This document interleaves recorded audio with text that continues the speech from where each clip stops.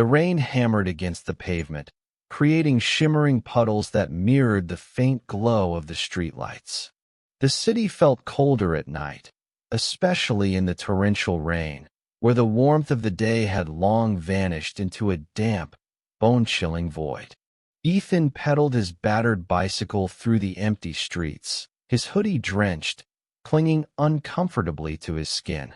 His shoes squished with every push of the pedals, but he didn't mind. This was routine.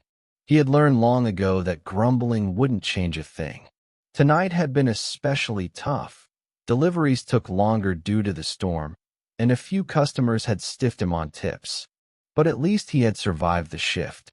At least he had one small comfort waiting for him, a meal. As he rolled up to the fast food joint where he worked, the manager handed him a small paper bag. "Good work, kid," the man muttered, his voice weary. "Here, leftover meal. Don't say I never gave you anything." Ethan nodded, offering a tired but appreciative smile. "Thanks." Clutching the bag, he climbed back onto his bike and headed toward his usual spot. A small bus stop with a half-broken bench and just enough of a roof to shield some of the rain. By the time he arrived, his stomach was throbbing with hunger. He parked his bike, slumped onto the bench, and carefully opened the bag. The aroma of warm food hit him instantly. A burger and a small packet of fries. It wasn't much, but to him, it was a feast. Just as he reached for the burger, a faint sound pierced through the rain, a whimper. Ethan froze, his fingers tightening around the wrapper. It was barely audible over the storm, but it was there, a soft, feeble cry coming from a nearby alleyway. He hesitated. It was late, he was exhausted, and it was probably just a stray cat or a piece of trash shifting in the wind. But then he heard it again. Ethan exhaled, rolling his eyes at his own conscience, then stood up, tucking the paper bag under his hoodie to shield it from the rain. Curiosity, or perhaps something deeper, propelled him forward. The alley was dark, the stench of wet concrete and discarded garbage thick in the air. He squinted, adjusting to the dim light from a flickering street lamp. Then he saw it. A dog, a German shepherd, emaciated, its fur matted and soaked. It lay curled up against the brick wall, shivering violently, its ribs jutting through its drenched coat. Its ears were flattened, and its eyes, God, its eyes. Ethan had seen hunger before. He saw it in the mirror every morning. But this was different. Slowly, he crouched down. The dog tensed, watching him warily but too weak to move, too weak to flee. Ethan glanced at the bag in his hands. He was starving. He hadn't eaten all day, but looking at the dog, he understood true hunger. Without a second thought, he unwrapped the burger, tore it in half, and carefully placed one piece on the ground in front of the dog. For a moment, nothing happened. The dog just stared at it. Then, hesitantly, it stretched its neck forward, sniffed the food, and devoured it in seconds. Ethan let out a soft chuckle. "Yeah," he murmured, breaking off another piece. "I know the feeling." He watched as the dog ate, its tail twitching slightly, the first sign of life he had seen in it. By the time the meal was gone, the rain had eased to a light drizzle. The dog looked up at him, licking its nose, its eyes a little brighter than before. Ethan sighed, shaking his head with a small smile. "Guess I'm not the only stray around here, huh?" He didn't know it then, but that night, under the dim city lights, with nothing but rain and a shared meal between them, something shifted. The rain had finally stopped by the time Ethan got back to the orphanage that night, but the chill lingered. As he lay on his thin mattress, staring at the ceiling, his mind kept drifting back to the dog. That look in its eyes, the way it had devoured the food, the way it had just stared at him afterward, as if trying to say something. Ethan turned onto his side, pulling his blanket up around his shoulders. He knew he shouldn't care. It wasn't his problem, but he did. The next evening, After finishing his last delivery, Ethan rode back to the alley. His stomach rumbled. He hadn't eaten all day, but he didn't care. He just wanted to see if the dog had made it through the night. But when he got there, the alley was empty. The spot where the dog had been was nothing but damp pavement. No paw prints. No sign of it ever being there. Ethan's chest tightened. Maybe it had wandered off. Maybe someone had chased it away. Maybe it hadn't survived the night. With a heavy sigh, he turned back toward his bike, but then a movement caught his eye. Down the street, barely visible in the dim light, a shadow moved between the buildings. Ethan narrowed his eyes. It was the dog. A small grin tugged at his lips as he hopped on his bike and pedaled toward it. But when he got closer, something strange happened. The dog didn't run. Instead, it watched him, then turned and started following. Ethan slowed his bike, glancing over his shoulder.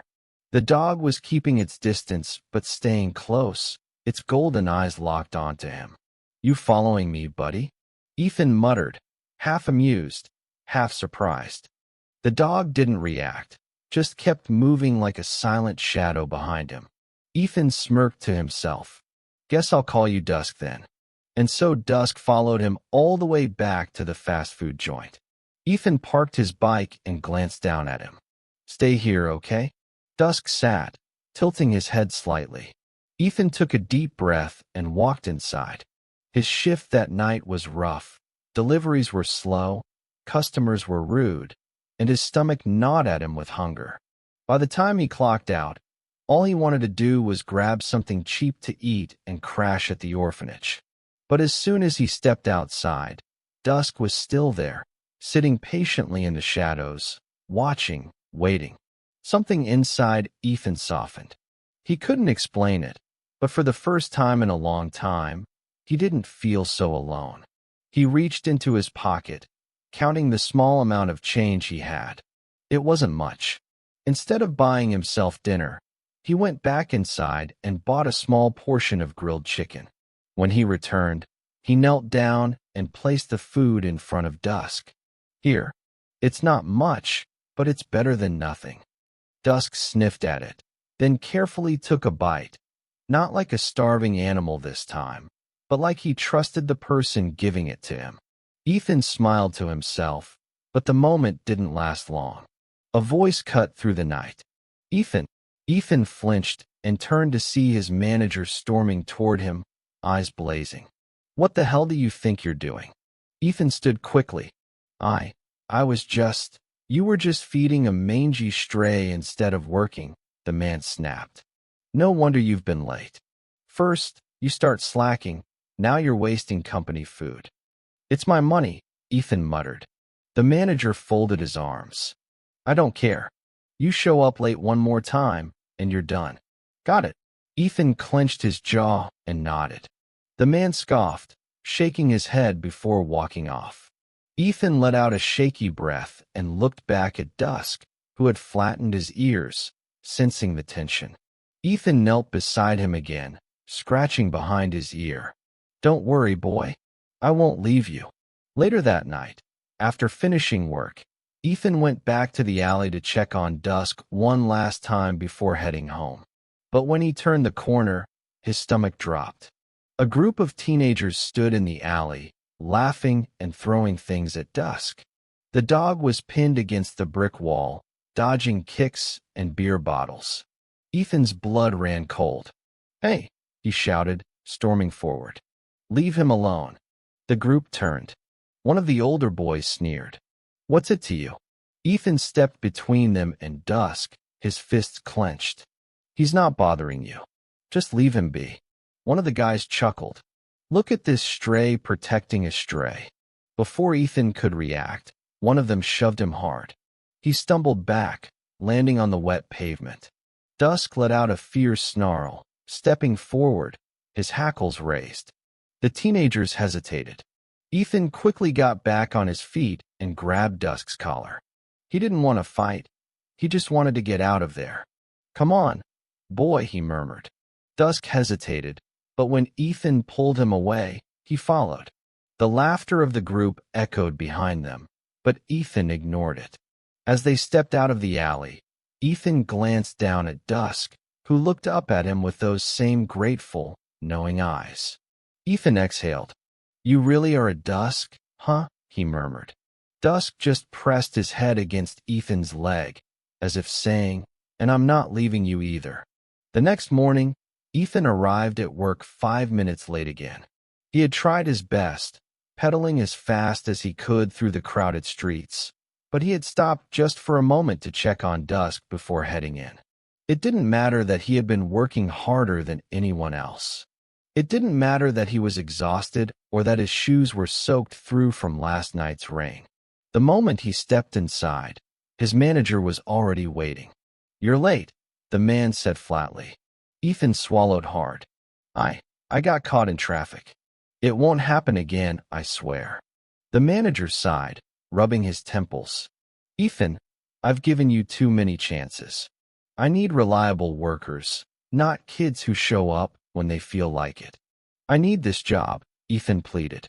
"Please, just one more chance." The man shook his head. "I'm sorry, but you're fired." Ethan's heart sank. He opened his mouth, but no words came out. What could he say?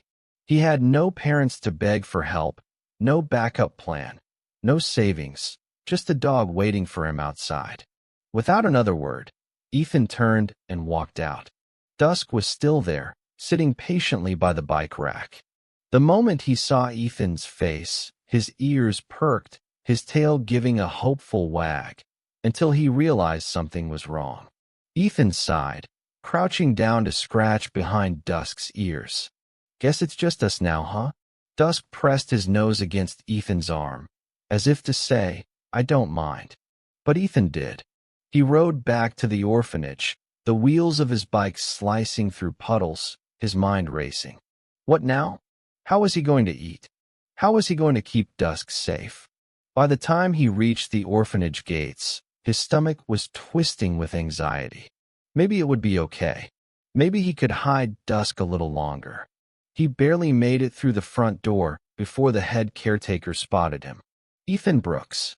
Her sharp voice rang through the hall, making everyone stop and stare. Ethan froze. Then he saw her gaze drop, and he knew she had seen Dusk, who had quietly followed him inside. "What is that?" she snapped, pointing at the dog. Ethan stepped in front of Dusk instinctively. "He's not hurting anyone," he said quickly. "I swear You know the rules," she cut him off. "No animals allowed. This is a home for children, not strays." Ethan clenched his jaw. "He's not a stray." The woman crossed her arms. "Then take him back to wherever he belongs, because he's not staying here." Ethan's fingers tightened into fists. "He doesn't have anywhere else to go." The caretaker's eyes narrowed. "Then you have a choice, Ethan. The dog goes, or you do." Silence filled the hallway. Ethan's chest ached. Dusk was the only thing he had left. If he left him outside, alone in this city, he wouldn't survive. His fingers curled into Dusk's damp fur. He already knew his answer. Ethan lifted his chin, forcing himself to meet the caretaker's gaze. "I choose him." A flicker of surprise crossed the woman's face. Then, with an exasperated sigh, she pointed at the door. "Then get out." Ethan swallowed hard and nodded. Without looking back, he turned and walked out into the cold, Dusk following silently beside him. The wind had picked up, sharp and biting against Ethan's damp clothes. By the time they reached the edge of the neighborhood, his hands were shaking, not just from the cold, but from the reality of what had just happened. He had nothing, no home, no job, just a few crumpled bills in his pocket and a loyal dog who had no idea they had just lost everything. Ethan pulled his hoodie tighter around himself and glanced down at Dusk. The dog was watching him, waiting. Ethan let out a breath, trying to force a smile. "Looks like we're really on our own now, huh?" Dusk simply pressed against his side, silent, steady. Together, they wandered through the dark streets, searching for somewhere, anywhere, to stay. But as the night deepened and the cold grew sharper, Ethan began to wonder if they would make it through it all. The wind cut through the city streets, sharp and unrelenting. Ethan pulled his hoodie tighter around himself, his breath visible in the freezing air. His stomach ached from hunger, his limbs numb from exhaustion. Dusk trotted beside him, his ears perked, always alert. They had been walking for hours, searching for somewhere, anywhere, to take shelter. Ethan had considered the abandoned warehouse a few blocks away, but it was already filled with other homeless people. The park was out of the question, too dangerous at night. He was running out of options. Then, a scream. Ethan's head snapped up. Down the street, under the glow of a flickering streetlight, a man struggled against two figures dressed in dark hoodies. A mugging. Ethan barely had time to think. He dropped his bike and ran. "Hey!" he shouted, his voice cutting through the cold night. The thieves turned, startled. Ethan saw an older man, probably in his 60s, struggling to keep hold of his wallet. One of the muggers shoved him hard, sending him crashing onto the pavement. Rage flared in Ethan's chest. Without hesitation, he lunged forward, grabbing the nearest thief by the arm and yanking him back. The man cursed and swung at Ethan. He barely dodged in time, stumbling backward. But then, a deep, menacing growl filled the air. Dusk. The dog leapt between Ethan and the thieves, his teeth bared, hackles raised. His growl was low and dangerous, echoing through the empty street. The muggers hesitated. Then Dusk lunged forward with a fierce bark. It was enough. The thieves turned and ran, disappearing into the darkness. Ethan let out a shaky breath and turned toward the man on the ground. He was clutching his chest, breathing heavily, his wallet still clutched in one hand. Ethan knelt beside him. "Are you okay, sir?" The man looked up, his expression a mix of shock and gratitude. I think so." Ethan helped him sit up. Dusk stood beside them, still watching the street like a silent guardian. The man exhaled and finally met Ethan's gaze. "You saved me," he said, his voice filled with disbelief. Ethan shrugged. "You looked like you needed help." The man studied him for a moment. Then, slowly, he smiled. "My name is James Carter," he said, "and I think you and I need to talk." James Carter was not just any man. He was a well-known businessman, the owner of one of the city's largest security firms.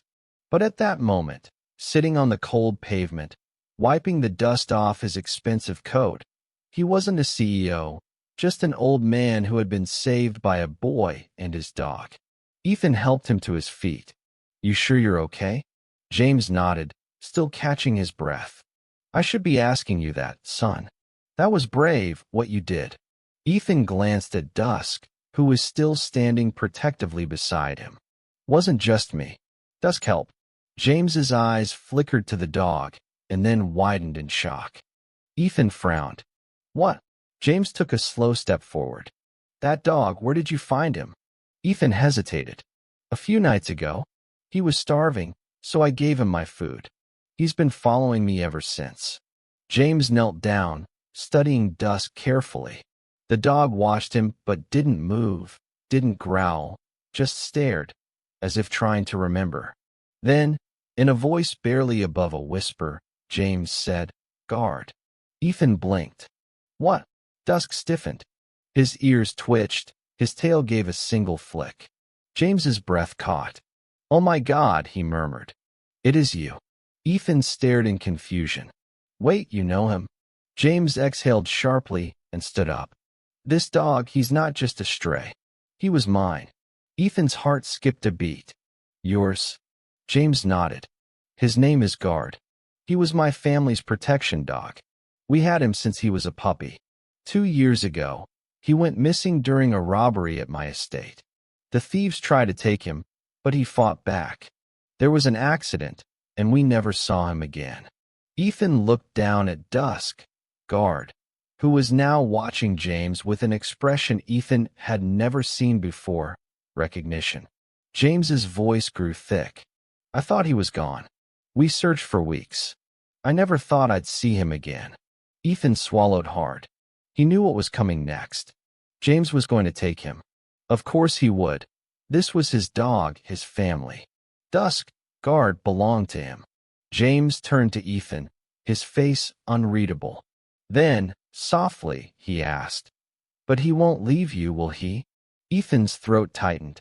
Dusk, guard, had a home, a real one, one that Ethan had never had. But even now, standing face to face with his former owner, he didn't move. He stayed by Ethan's side, loyal, unwavering. James watched them for a long moment. Then, suddenly, he let out a quiet chuckle. "You two are something else," he murmured. Ethan braced himself for the inevitable, the request to give Dusk back. Instead, James smiled. "You saved my life tonight," he corpsed, "and you saved his too. So I think it's only fair I return the favor." Ethan blinked. "What are you?" James placed a hand on his shoulder. "I mean, I want to help you, kid. Not just with a job, not just with money. I want to give you a home." Ethan's breath hitched. "A home?" James nodded. "I lost guard once. I'm not losing him again. And I don't think he's willing to lose you, either." Ethan looked down at Dusk, guard. The dog wagged his tail slightly, as if he had been waiting for Ethan to realize what he already knew.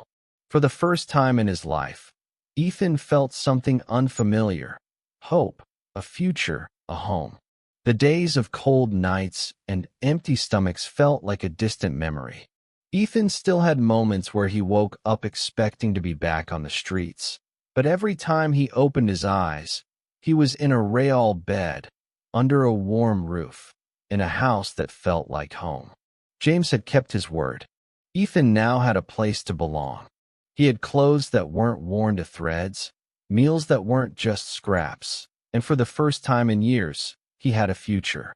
James had enrolled him in school, insisting that Ethan deserved the chance to chase his dreams. At first, Ethan had been hesitant. He had spent so long just trying to survive that thinking about the future felt foreign. But slowly, he started to believe in it. And through it all, Dusk never left his side. The dog who had once been a starving stray was now strong, well-fed, and truly happy.